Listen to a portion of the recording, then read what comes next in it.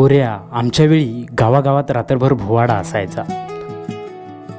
लोक संध्याकाळचं जेवण करून गोधड्या घेऊन त्या गावात जायची. रात्रभर सोंगा नाचवली जायची. आज बाबा नाहीत, पण त्यांनी सांगितलेला त्यांच्या काळातला भोवाडा मनात जिवंत आहे.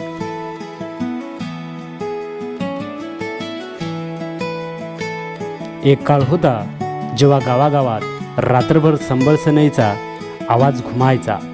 आज तीच गावं शांत आहेत. भोवाडा हळूहळू हरवत चाललाय. नमस्कार मंडळी, आज आपण बोलणार आहोत एक अशा परंपरेबद्दल जी फक्त कला नाही तर आदिवासी संस्कृतीची ओळख आहे, भोवाडा. आदिवासी भागामध्ये पिढ्यानपिढ्या चालत आलेला भोवाडा, ज्यात रामायणमधील रावण, राम, शूर्पणखा, देवदेवता यांसारखी पात्रे जिवंत होतात लाकडापासून तयार केलेल्या सोंगांमध्ये. संबळच्या तालावर नृत्य करत ही कला आपल्या संस्कृतीची कहाणी सांगते. चला, भोवाडा काय असतो हे प्रत्यक्ष बघण्यासाठी आज आपण आलोय पेठ तालुक्यातील बारे या गावामध्ये.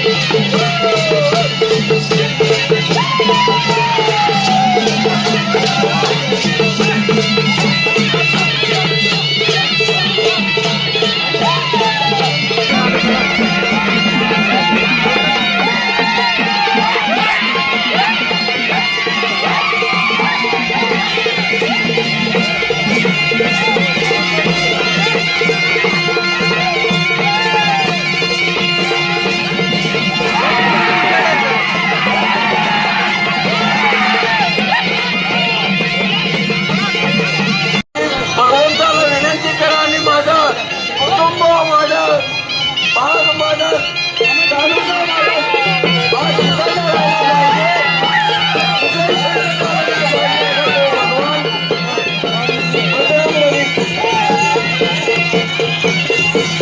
असं सहकार्य असू द्या आलेले राहिले.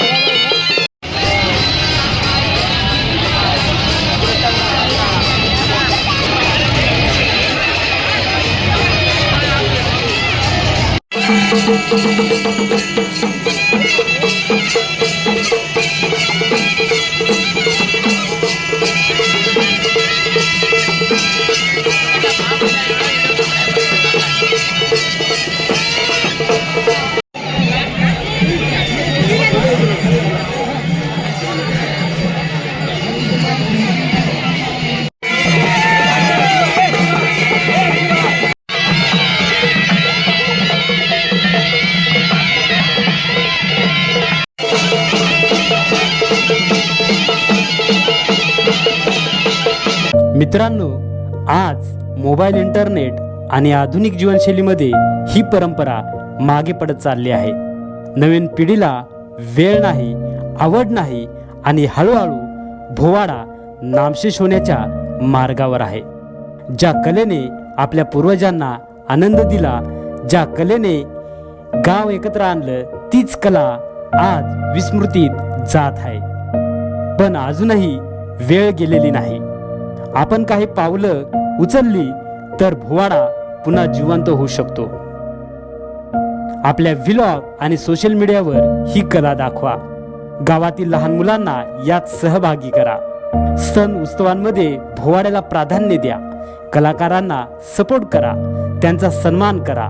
लहान लहान प्रयत्न मोठा बदल घडवू शकतात. भोवाडा फक्त एक खेळ नाही, तो आपल्या संस्कृतीचा आत्मा आहे.